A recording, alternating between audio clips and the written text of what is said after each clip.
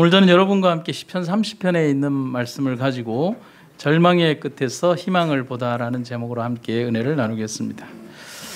18세기의 프랑스의 문학가 가운데 보브나르그라고 하는 사람이 있습니다. 이 사람은 원래의 직업은 직업군인이었어요. 그런데 그가 수두에 걸려서 거의 실명 상태가 되자 제대를 할 수밖에 없었고, 제대를 하면서 자기가 무엇을 하면서 먹고 살 것인가를 고민하다 보니까 글을 꽤 잘 썼어요. 그래서 그 뒤부터 글을 쓰기 시작한 이 보브나르그가 항상 썼던 글의 내용은 뭐냐면 절망적 현실이거나 혹은 후천적으로 자기에게 다가왔던 이런 소경이 되었던 어떤 삶의 어떤 부정적 시각을 글에 담은 것이 아니라 희망과 기쁨을 그 글에 항상 주제로 담았습니다. 그가 우리에게 이런 메시지를 전달을 하죠. 절망은 불행을 더욱 악화시킨다 뿐만 아니라 허약을 더욱 조장한다. 불행한 것에 집중하면 그 불행이 우리를 주관하거나 주장하게 되죠. 그러나 기쁜 것과 희망적인 것에 우리의 삶을 집중하게 되면 우리는 더욱더 희망적이고 기쁜 사람으로 변모해 간다는 사실입니다. 그는 자신에게 주어진 한계 상황인 절망적 현실이나 두려움이라는 주제를 보지 않고 자신이 현재 지니고 있는 재능을 바라보았습니다. 하나님께서 나에게 이러한 재능을 주셨구나라는 것에 대해서 그것을 봤다는 것입니다. 그런 그가 후대의 사람들에게 남긴 말은 어떠한 현실적 장벽이나 어려움들이 우리에게 다가온다 하더라도 절망에 사로잡히는 사람이 되지는 말라고 기별을 전하고 있습니다. 그것은 우리가 성경에서 가장 많이 들어야 하는 주제가 바로 그 주제인 것입니다. 죄의 삭선 사막이라는 절망적인 현실에서 의인은 믿음으로 말미암아 살리라는 위대한 희망의 선언이 성경의 주제고 기별이라고 하는 사실입니다. 우리는 세상 속에서 살면 믿음을 가진 사람이나 믿음을 가지지 않은 사람이나 색깔이 다른 건 아니잖아요. 똑같이 살고 똑같은 환경에서 삽니다. 그런데 그들과 우리를 구분짓는 가장 중요한 하나의 구분점은 뭐냐면 우리에게 있는 하나님의 거룩한 말씀의 법칙과 그 속에서 우리에게 전달해 주시는 메시지, 곧 희망의 메시지가 있느냐 없느냐의 그 구분점이라고 하는 사실입니다. 어떤 사람이 고민하는 마음을 가지고 해변가를 이렇게 걷고 있었습니다. 마침 바다는 폭풍이 지나간 뒤라서 무수한 조개가 떠밀려 왔습니다. 제가 옛날에 해운대 바닷가에서 이렇게 살았는데 이렇게 밀물 썸물이 있을 때 물이 이렇게 낮아지면 이 채반 하나를 들고 사반 하나를 들고 가면 조개를 많이 잡았던 기억이 납니다. 거기가 어디냐면 우리 김혜태 집사님 살고 계신 그 집 터가, 그 아파트 터가 제 조개 잡던 곳입니다. 왜 거기다가 집을 지어놨는지를 모르겠어요. 거기에 매립을 해가지고 이렇게 가보니까 내 조개 잡던 터가 없어졌어요. 그런데 이제 태풍이 막 밀어닥치고 나면 그 방파제나 이쪽으로 해서 조개가 많이 밀려 나옵니다. 모든 해변가들이 그렇죠. 그런데 일반적인 바닷가의 풍경이 다 똑같다라고 생각이 되는데 그 해변가에서 이분이 이제 길을 걷고 있는데 누구를 봤냐면 어린 소년 하나가 막 뭔가를 자꾸 어디로 던지고 있냐면 이 바닷가 쪽으로 뭔가를 던지고 있는 거예요. 뭘 던지는 것 같습니까? 떠밀려온 조개를 던지고 있었어요. 그런데 이게 소년이 몇 개 던진다고 해서 다 살릴 수 있는 그런 입장은 아니었어요. 그래서 이 어른이 이 소년에게 물어봤습니다. 너 뭐 하고 있냐? 그러니까 이 아이가 대답을 하기를 조개를 살려주고 있는 거예요 라고 얘기했습니다. 그러니까 어른이 생각을 할 때 참 어리석은 행동이잖아요.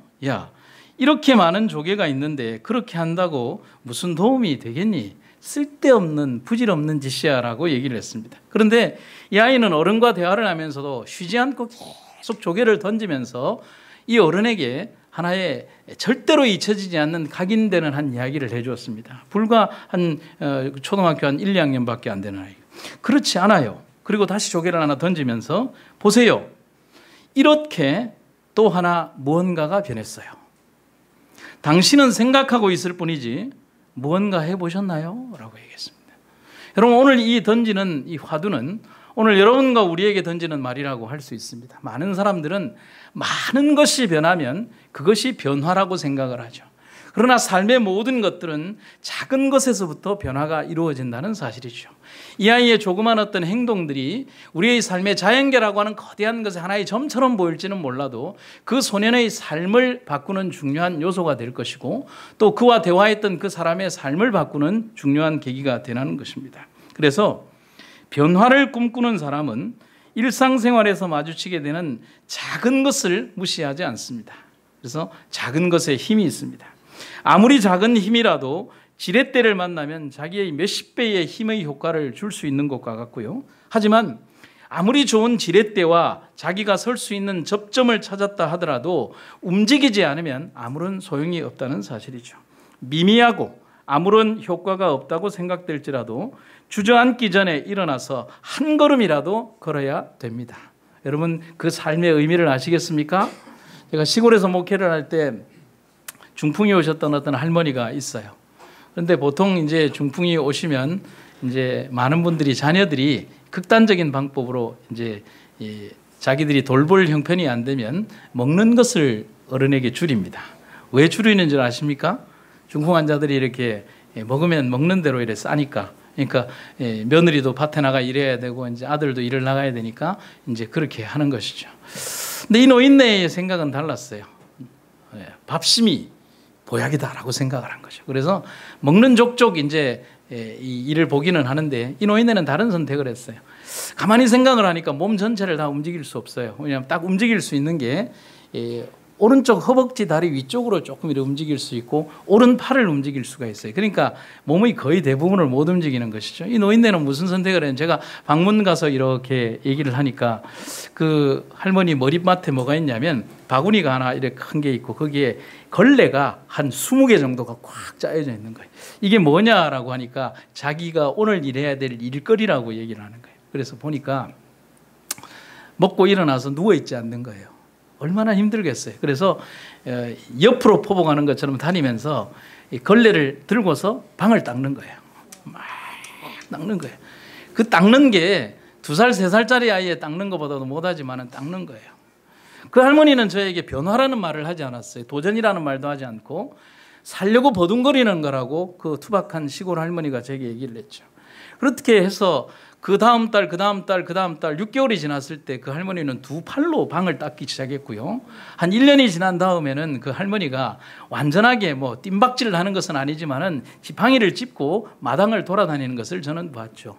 기적이라고 하는 것을 사람들은 어느 날 갑자기 이루어지는 잠을 자고 일어나면 일어나는 태양이 떠오르는 것 같은 것을 기적이라고 하지만 저는 그것을 진정한 기적이라고 말하죠. 삶에 있어서 어떤 희망이라고 하는 것을 놓지 않고 자기의 삶에 기회를 주는 것, 그것 속에서 기적은 더욱더 많은 변화를 준다는 사실이죠.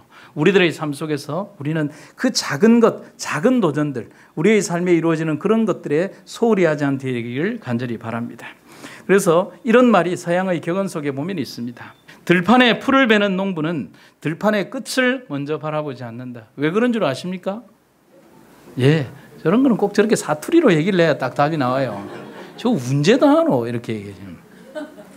언제 다 뵐지 모르는 먼 들판의 끝을 바라보면 우리의 삶에 먼저 낭망이 탁 오게 되죠. 끝은 볼 필요가 없어요. 가는 지점까지 가면 되잖아요. 그렇게 해서 머리를 숙이고 끊임없이 낫지를 하고 베고 가다 보면 어느 틈인가 언제 가지라고 했던 삶의 끝판에 내가 가 있는 걸 보는 것이죠. 삶이란 그래서 먼저 끝을 바라보고 절망하는 것이 아니라 오늘의 내 현실에 있는 그 삶에 충실하게 나아가다 보면 행복이라는 목적 지점에 내가 가 있다는 사실을 깨닫는 것입니다. 그래서 욥기 8장 7절에 내 시작은 미약하였으나 내 나중은 심히 창대하리라는 그 말의 의미를 우리는 거기에서 다시 한번 생각해 보는 것입니다. 그래서 작은 시작에 실망하지 말아야 합니다. 이것이 무엇을 할 것인가라고 하는 것을 생각할 것이 아니라 하나님께서 우리에게 주신 작은 겨자씨만한 그 행동 속에 천국을 담아두실 수 있는 것은 그 작은 씨앗이 자라고 성장을 해서 우리 삶에 원대한 기적과 그리고 열매를 줄 수 있다는 사실을 우리는 잊어버린 채 동기와 과정과 중간 단계를 다 생략해버린 채 결과만을 생각하는 그런 로또식 신앙에서 벗어나야 한다는 사실이죠. 우리가 살아가는 인생은 웃을 일보다는 울 일이 더 많습니다. 여러분 맞습니까? 아닌가 보죠? 예, 미안합니다. 저만 그런가 봅니다. 실제적으로 우리들의 인생을 되돌이켜 보면, 우리가 살아가는 인생의 데이터 그래프를 살펴보면 웃을 일보다는 울 일이 훨씬 더 많죠.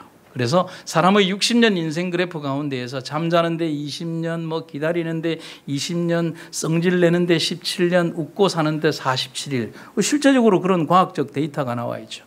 17년을 성을 내고 화를 내며 살지만은 정작 기뻐서 웃는 날은 47일밖에 안 된다는 것이죠. 그러면 우리는 그때마다 좌절하고 절망하고 포기하고 죽음을 생각하는 극단적 삶의 노예가 되어야 될까? 하나님은 그렇게 하지 말라고 얘기를 합니다. 여러분, 여기에 보면 매미가 있습니다.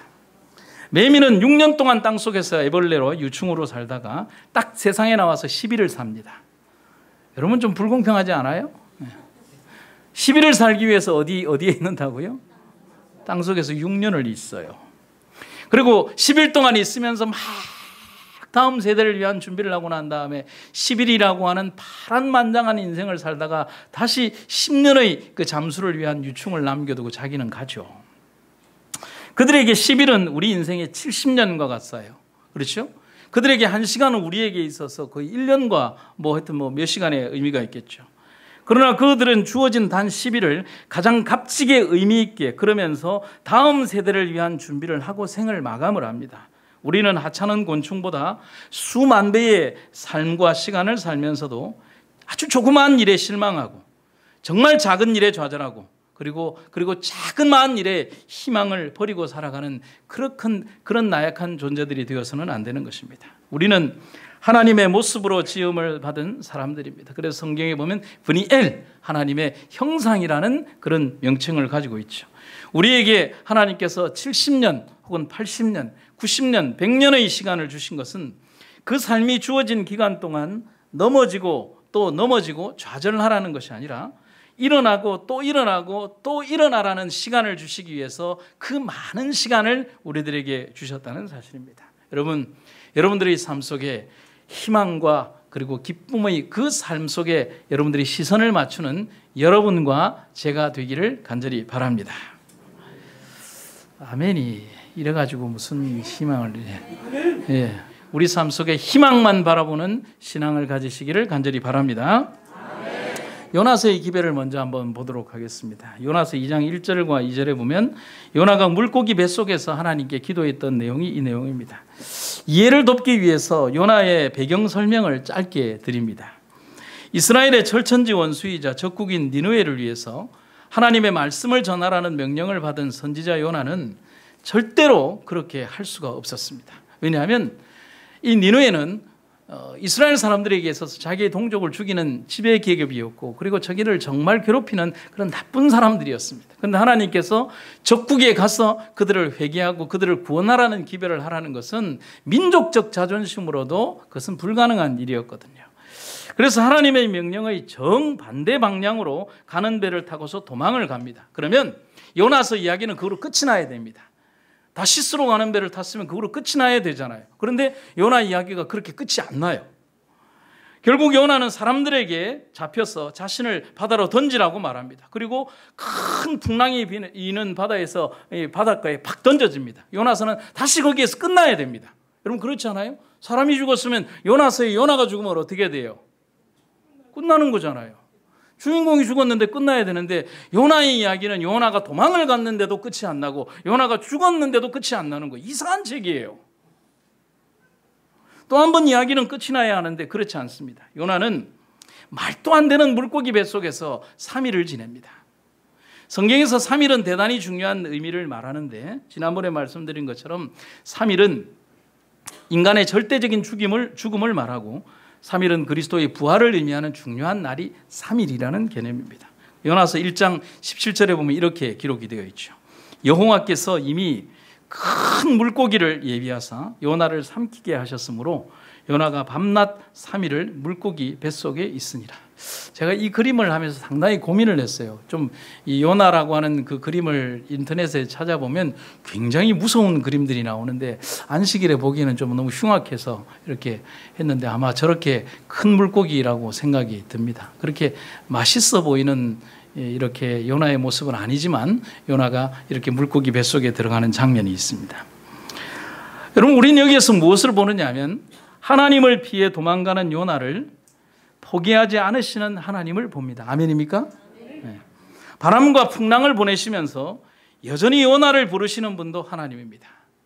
그리고 하나님이 가라고 하는 니느웨 방향의 정반대의 방향으로 가는, 어쩌면 배신하고 배반하고 도망가는 그 존재에 대하여 여전히 쫓아가시면서 너는 내 사람이라고 얘기하시는 분이 하나님입니다. 그리고 바다에 던져진 요나를 위해서 물고기를 친히 예비하신 분도 우리의 하나님이십니다. 그렇다면 오늘의 시간 속에 살아가는 우리들의 삶 속에서 하나님은 요나를 붙드신 것처럼 여전히 여러분과 나에게 나와 함께 하시기 위하여 나를 붙드시는 분이 하나님이라는 사실을 잊지 마시기를 간절히 바랍니다. 그래서 아무리 우리가 절망의 현실로 달려간다고 할지라도 절대로 우리를 놓지 않으시는 분이 있습니다. 누구라고요? 하나님이라는 사실. 여러분 감사하십니까? 저는 매일매일 그 사실과 또 그 일들에 대해서 감사하며 살아가고 있습니다. 여러분, 제가 한 분을 좀 소개해 드리도록 하겠습니다. 이분은 뭐 잘 모르시겠지만 마틴 셀리그만이라고 하는 박사님입니다. 이분이 실험을 했는데요. 24마리의 개를 가지고 세 집단으로 나누어서 이렇게 실험을 했습니다. 8마리를 이렇게 셔틀 박스라고 하는 박스에 이제 해놓고 특별한 장치를 해놨습니다. 그래서 제1집단, 제2집단, 제3집단이라고 해놓고요. 제1집단의 계획에는, 그리고 이 세 개의 박스 안에는 전기장치가 흐르도록 되어 있습니다. 그래서 개들이 어느 일정 시간이 딱 되면 전기가 흐르면, 여러분 세상에서 제일 기분 나쁜 경험이 전기가 찌릿하는 경험이잖아요. 예. 그래서 이 전기장치가 탁 들어갔을 때 1집단, 2집단, 3집단에게는 다 다른 결과가 이르도록 했습니다. 제1집단의 계획에는 앞에 큰 이렇게 단추가 하나 있는데 그 단추를 자기들이 발로 누르든지 코로 누르든지 하면 전기 충격이 1시간 동안 멈추도록 했습니다. 그리고 또 시간이 지나면 또 전기가 오면 또 그들이 자기들의 행동 강령 속에 누르면 그치더라는 사실이 인지되도록 계속 그렇게 했습니다. 두 번째 집단의 개들은 제일 불쌍한데 단추가 있기는 있어요. 아무리 눌러도 전기가 안 끊어집니다. 그러니까 계속해서 전기 충격을 몸으로 받아야 됩니다. 이것을 첫 번째 집단을 도피할 수 있다고 그래서 도피 집단, 두 번째 집단을 자기가 어떻게 할 수 없다고 해서 통제 불가능 집단, 그리고 제3집단은 상자 안에 있기는 하지만은 아무런 전기 충격을 주지 않았습니다. 그냥 뛰어놀게만 만들었습니다. 그리고 24시간이 지나고 난 다음에 이들 세 집단을 모두 24마리를 큰 상자 안에 넣어놨습니다. 그리고 상자의 칸막이 높이는 좀 이렇게 약간 높지만 개들이 용을 쓰면 뛰어넘을 수 있는 정도의 높이를 만들어 놓고요. 그 다음에 전기 충격기를 주었습니다. 어떤 결과가 나왔을까요? 실험 결과 1집단 도피 집단과 제3집단 비교 집단은 전기 충격이 왔을 때 재빠르게 밖으로 도망을 갔습니다. 그런데 분명히 도망갈 수 있음에도 불구하고 끊임없이 웅크리고 앉으면서 이 안쪽에 앉으면서 절대로 도망가지 않는 집단의 8마리의 개가 있었습니다. 그게 뭐냐면 두 번째 집단이었습니다. 아무리 버튼을 눌러도 전기 충격이 멈추지 않는, 그래서 절망 끊임없이 자기가 있는 환경을 벗어날 수 없다고 계속 경험이 축적되어 있는 8마리의 개는 아무리 낮은 울타리가 주어져도, 그래서 그 울타리를 낮춰도 개들이 도망을 가지를 않았습니다.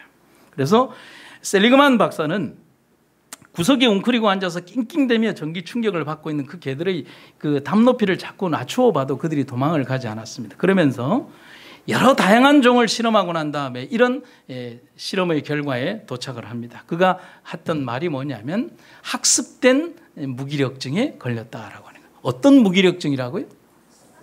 학습된 무기력증이라고 하는 거예요. 그래서 그는 여기에서 어떤 여러 종류의 어떤 실험을 하고 난 다음에 사람에게도 이것과는 다르지만 어떤 동일한 실험들을 하고 난 다음에 그는 어떤 결론을 내리느냐면 인간의 절망도 학습된다라고 하는 결론에 도달을 하게 되는 것입니다. 사람이 계속적인 실패를 당하고 피할 수 없는 환경에 처하게 되고 자신의 힘으로는 어찌할 수 없는 지속적으로 다가오는 고통을 계속 반복하게 되면 인간은 절망하고 무기력에 빠져버리기가 쉽다는 것입니다. 그리고 다른 사람의 경험을 내가 가진 경험이나 습관이나 생각이나 부정적인 마음들은 학습된 무기력으로 우리를 지배하게 된다는 사실입니다. 어떤 경우들이 제일 많냐면 특별히 몸이 아프신 암 환자들이나 이런 분들에게는 이런 학습된 무기력증이 가장 강력합니다. 예를 들면 이제 저희 가족 중에 예를 들면 저희 아버님이 옛날에 좀 중병에 걸리셨을 때 딱 들었던, 제가 어린 시절이라도 처음 이제 충격을 받았던 내용은 뭐냐면, 저희 아버지가 이제 어떤 큰 질병에 걸렸을 때 어머니로부터, 가족들로부터 듣는 것은 뭐냐, 그거는 2달밖에 못 산대라고 하는 그 얘기를 하는 것입니다. 그리고 어떤 질병이 딱 오게 되면 그 사람들은 의사의 진단이나 앞으로의 처방에 대해서 먼저 생각하는 것이 아니라 어떤 사람은 석 달 만에 죽었고 어떤 사람은 6개월 만에 죽었고 어떤 사람은 1년 만에 죽었고 어떤 사람은 생존율이 3년밖에 안 된다라고 하는 그 사실을 학습으로 딱 정하고 나도 그 틀 속에 딱 가두어 버리는 것이죠. 이것이 전부 다 뭐냐면 학습된 무기력증에 해당이 되는 것입니다. 그러나 수없이 많은 사람들이 기적적인 경험을 체험을 하고 의사의 처방과 또 자신의 노력에 의해서 얼마나 많이 회복된다는 그 사실에 대해서는 학습되지 않고 그러한 어떤 무기력증과 절망에 대하여는 끊임없는 학습을 하게 된다는 것입니다. 그래서 여러분, 이런 말이 있죠. 어제 비가 왔다고 오늘도 비가 오는 것은 아닙니다. 우리 집사는 어제 해가 떴어요. 오늘도 당연히 해가 뜹니까? 아니죠. 어제 비가 왔어요. 어제 비가 왔으니까 오늘도 당연히 비가 옵니다. 그것은 아니지 않습니까?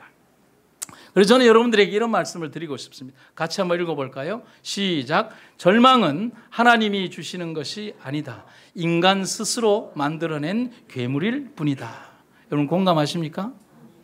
여러분, 절망이라고 하는 것, 그리고 두려움이라고 하는 것은 실제적인 형체를 가지고 있는 것이 아니라 내가 두렵고 무서워하면 할수록 그 덩치는 더욱더 커지기 시작하는 것이죠.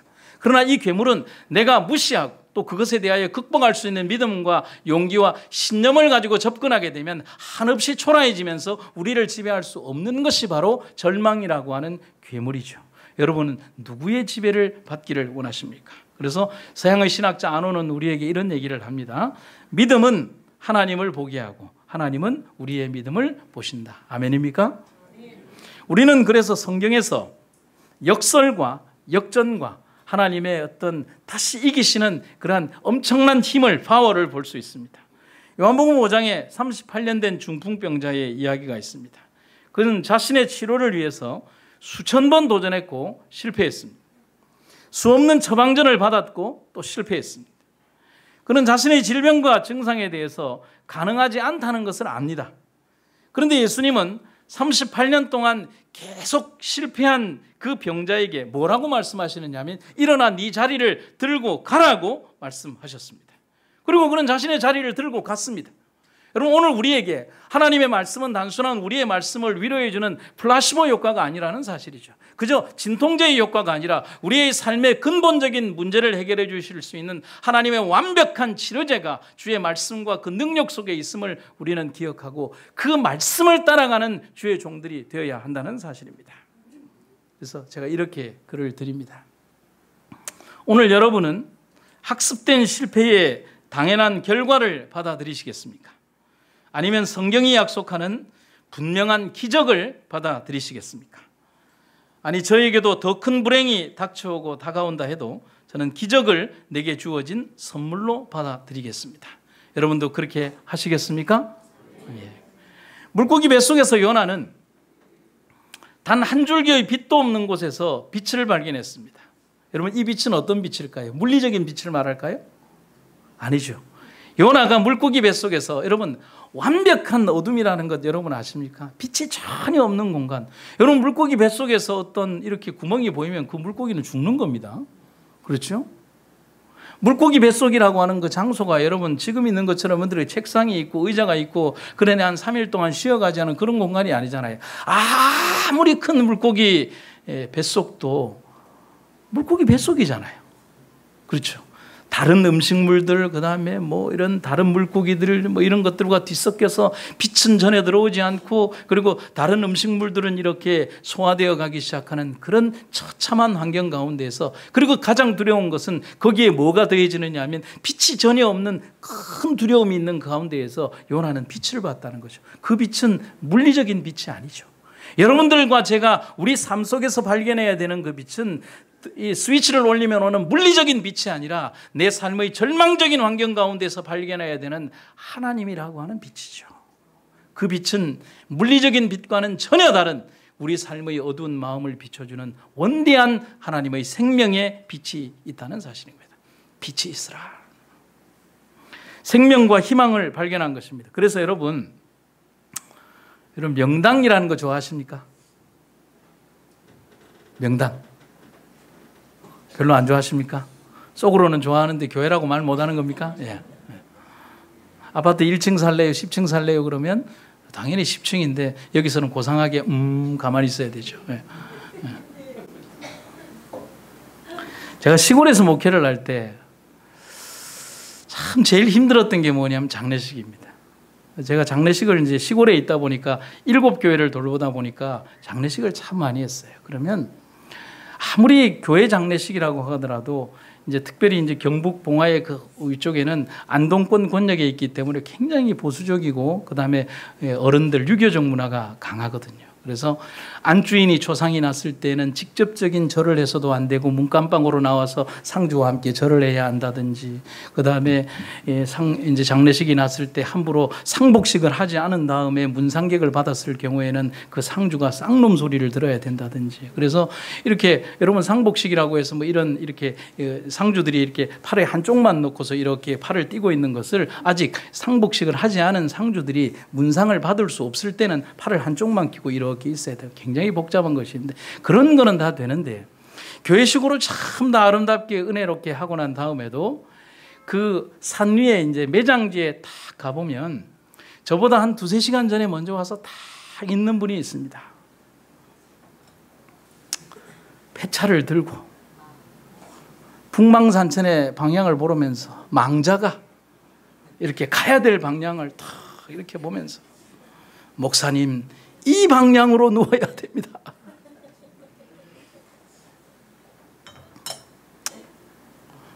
그럼 제가 웃으면서 왜 그 방향입니까? 그러니까 이 방향으로 누워야 망자가 좋은 데를 갑니다.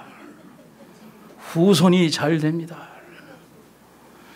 그러면서 그리고 평생을 이제 주 안에서 살았다라고 하는 몇 분의 교우님들도 살아생전에 어디를 계속 산을 돌아다니면서 이제 방문다니다가 목사님 저하고 잠깐 산에 갑시다. 그럼 산에 가보면 탁 땅을 보여줍니다. 목사님 여가 제가 묻힐 땅입니다. 왜 여기가 좋습니까? 그러니까 여기는 양지 바르고 좋고, 겨울에 이 경북의 큰 추위에서도 눈이 그렇게 와도 여기에는 눈이 쌓이지 않습니다. 정말 눈이 안 쌓여요. 공기만 싹 녹아요. 그래서 제가 시골에서 7년 목회를 하면서 이렇게 깨달은 것은 뭐냐면, 우리나라에서 제일 살만한 땅은 다 망자들이 다 누워 있어요. 세상에서 제일 짙어에는 묘지가 다 있는 것입니다. 여러분, 우리는 흔히 말하기를 우리들의 습성에서 뭐냐면 장소에 대한 욕심이 없다라고 하겠지만, 사람은 장소와 명당에 대한 욕심이 있죠. 그래서 어떤 특정한 장소가 희망이 되고, 또 그곳에 가면 믿음이 더 자랄 것 같고, 좋은 직장과 좋은 환경에 놓여지면 믿음이 더 자랄 것 같죠. 그러나 여러분, 요나의 모습을 보면 그게 아니에요. 요나는 가장 절망적인 장소에서 하나님을 발견했죠. 그래서 저는 이렇게 말씀드립니다. 따라 읽어보시겠습니까? 희망은 장소에 따라 주어지는 것이 아니다. 아무리 좋은 장소나 환경이 주어진다 하더라도 그 장소 때문에 믿음이 자라는 게 아니죠. 여러분, 제가 어린 시절 제 얘기 한번 좀 드릴까요? 좀 부끄러운 얘기지만, 어릴 때 제가 어릴 때부터 지금까지 꾸준히 제가 공부를 못했습니다. 이렇게 공부를 잘한 적이 없는데, 어릴 때 제가 책상이 너무 가지고 싶어서 아버지에게 그렇게 얘기를 했죠. 책상 사달라고.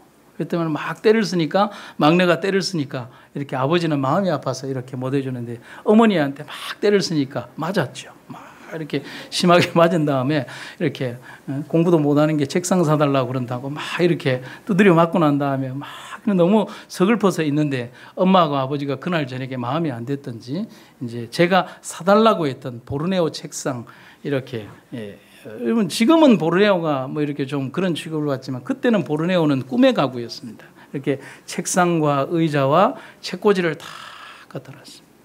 얼마나 좋았던지. 그때 제가 부모님 마음에 뭐라고 못질을 했냐면 내가 왜 공부를 못하는 줄 아느냐. 응? 책상이 없어서 그랬다. 나한테 보르네오 책상만 사다 줘봐라. 내가 1등 못하는 줄 아느냐. 그랬다. 그래서 아버지 어머니가 그 말이 마음이 아팠던지 보르네오 책상 세트를 다 갖다 줬는데 제가 그 뒤로도 1등은 전혀 못 해봤습니다. 그래서 제가 세월이 많이 지나면서 그때의 마음이 너무 이제 아팠던지 막 정말 오랜 세월 동안 그 책상을 버리지 못하고 있다가 이렇게 이제 너무 낡고 이제 부러져 가지고 했는데도 지금도 제 이렇게 서재에 가면 그때 마음이 너무 짠해서 이렇게 그 서랍은 제가 버리지 못하고 들고 다니고 있습니다. 그것은 이제 그거거든요. 하나님께서 우리들의 삶에서 아무리 좋은 환경이나 연장이나 무기가 우리를 강하게 하는 것은 아닙니다. 무엇을 담느냐의 문제죠. 어떤 것을 사용하느냐의 문제죠. 누구를 발견하느냐의 문제죠. 많은 사람들은 그래서 장소와 환경을 탓하고 있다는 사실입니다. 요나의 기도는 이렇게 재미있게 마무리되고 있습니다. 여호와께서 그 물고기에게 말씀하시니 물고기가 요나를 마른 땅 위에 어떻게 했다고요? 뱉어 놓았습니다. 오늘 우리들의 삶 속에서 하나님의 크신 은혜와 사랑이 뭐냐면 그토록 가기 싫어했던 땅으로 요나를 뱉어놓으시고 물고기라고 하는 쾌속 잠수정을 통해서 니느웨 도성의 앞바다에 툭 떨궈 놓으시는 하나님, 절대로 나에게 실수하거나 실망해 그 일에 사로잡히는 것이 아니라 하나님의 사업에 끝까지 붙드시려고 하는 하나님의 놀라운 사랑, 우리를 붙드시는 하나님의 사랑을 여러분과 제가 잊지 마시기를 간절히 바랍니다. 여러분, 제가 보여드리는 이 종이에 뭐라고 쓰여 있는지 혹시 보이십니까?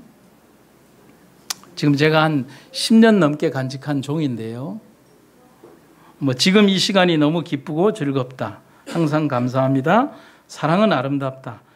당신의 미소가 아름다운 사람입니다.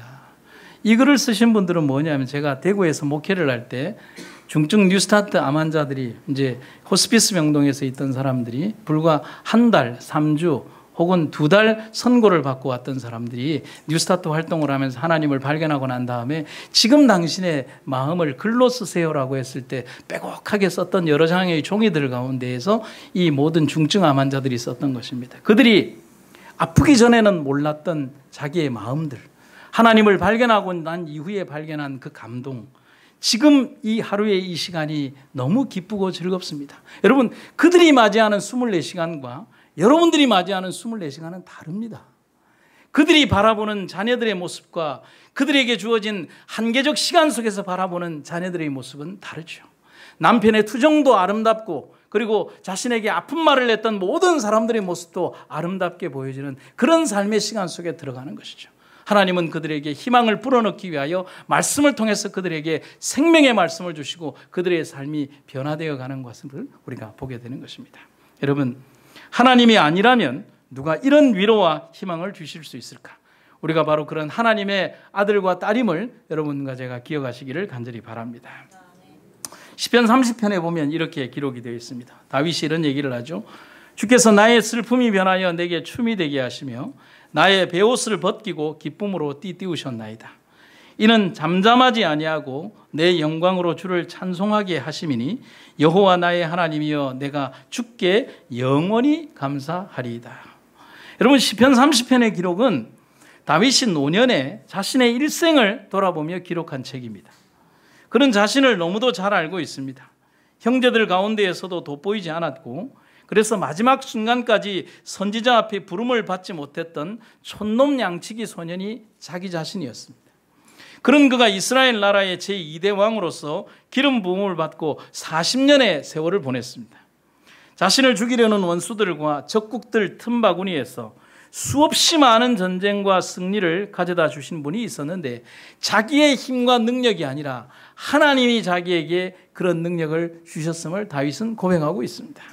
그는 바로 자신의 오늘이 결코 자신의 힘으로 이루어진 것이 아님을 고백하고 있습니다. 여러분, 오늘 저의 외형적 위치, 여러분들이 누리고 있는 삶의 오늘, 그리고 여러분들이 살아가야 될 미래의 내일이라고 하는 그 시간도 여러분 삶의 그 달란트가 준 것이 아니라 하나님에 의해서 만들어진 것임을 여러분과 제가 잊지 마시기를 간절히 바랍니다.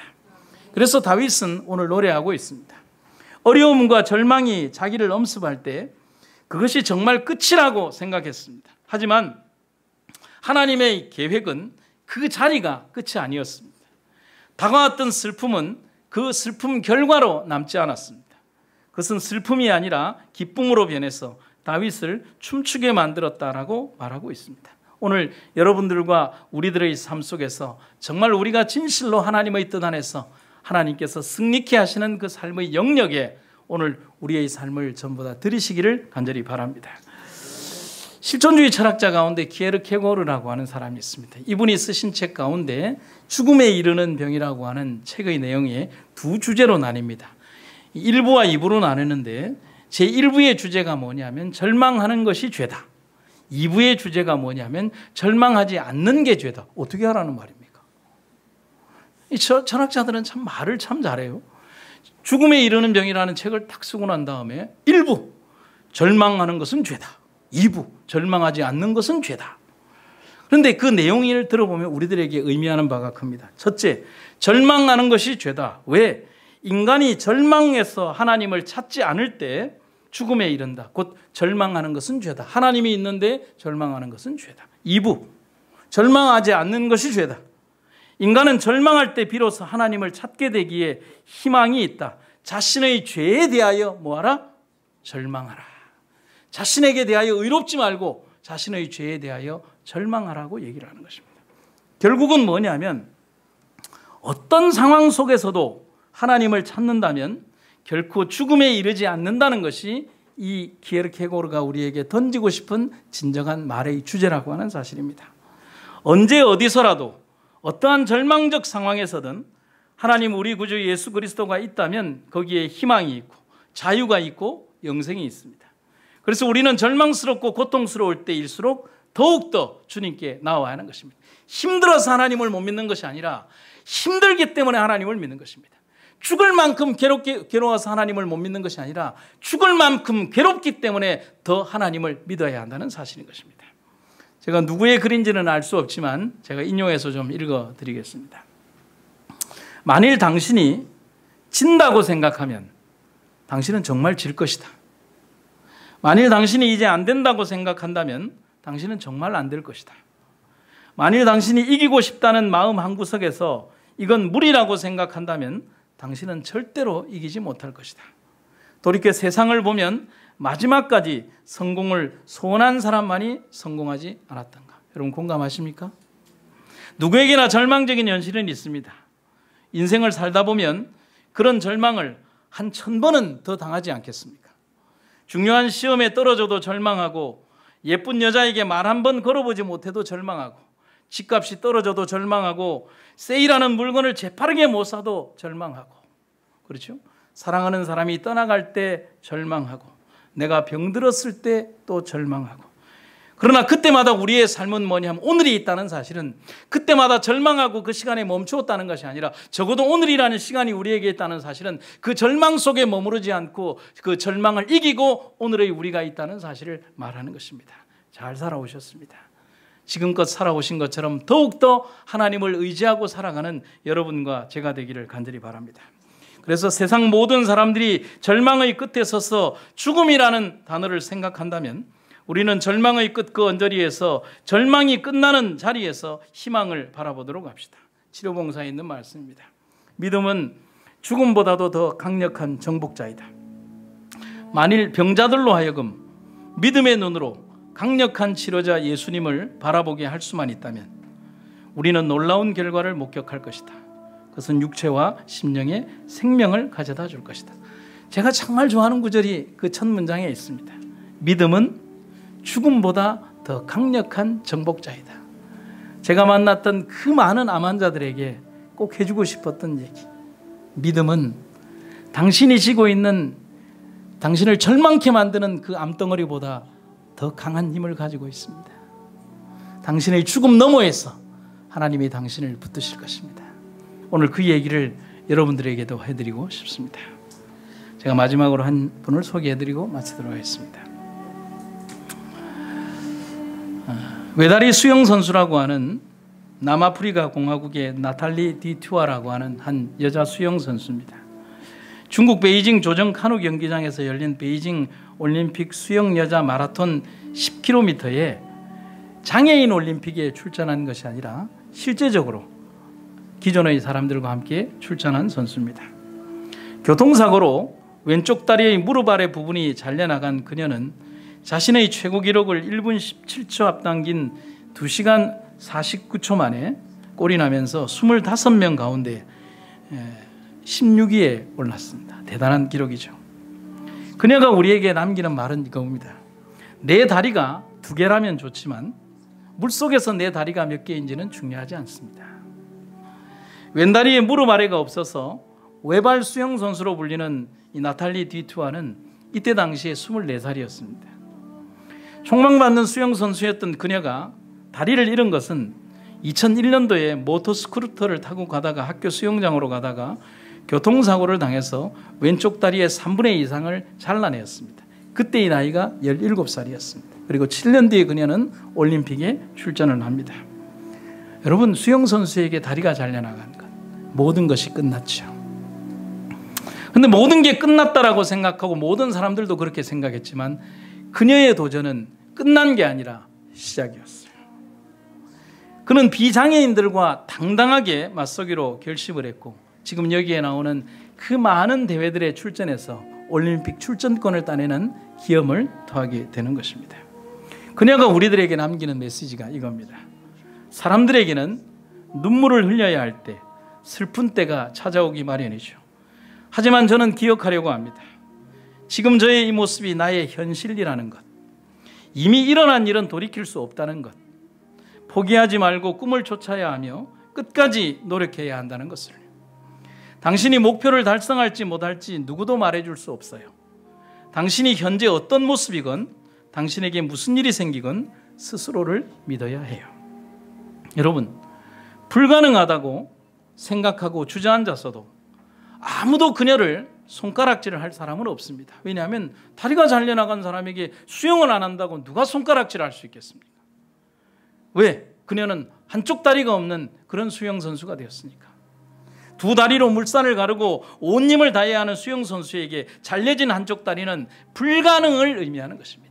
인생의 의미가 끝났다는 것을 말하는 것입니다. 하지만 이 수영 선수에게는 불가능이 아니라, 끝난 인생이 아니라, 절망이 아니라 약간 불편한 조건일 뿐이었습니다. 그는 그렇게 생각을 했습니다. 여러분과 저에게도 우리의 삶에 주어진 그 불합리한 일들이 약간 불편한 조건들 속에 내 인생의 모든 변명을 털어놓아서는 안 됩니다. 절망적인 현실이 다가왔을 때 정말 절망할 것인가? 아니면 새로운 희망의 길을 찾을 것인가? 그렇습니다. 우리는 하나님께서 우리에게 가르쳐 주신 그 믿음의 법칙을 따라서 전혀 새로운 길을 찾아야 하는 것입니다. 여러분, 저는 여러분들에게 마지막 남기고 싶은 글을 이렇게 썼습니다. 절망은 없습니다. 절대로 절망할 수 없습니다. 포기할 수도 없습니다. 그리고 죽을 수도 없습니다. 왜냐하면 내가 믿는 하나님이 희망이고 소망이기 때문입니다. 그리고 새로운 도전이고 하나님은 생명이기 때문에 나는 죽음을 선택할 수 없습니다. 우리가 살아가면서 정말 눈물이 날 때, 내가 나를 눈물 나게 할 때, 통곡하게 할 때, 절망적인 삶에 나를 밀어넣을 때, 그때도 우리는 그 현실을 바라보는 것이 아니라 하나님만 바라봅시다. 그러면 그곳은 절망의 자리가 아니라 희망이 시작되는 곳이 될 것입니다. 오늘 저는 여러분과 제가 그런 믿음의 사람들이 되기를 간절히 바랍니다. 말씀을 마치겠습니다.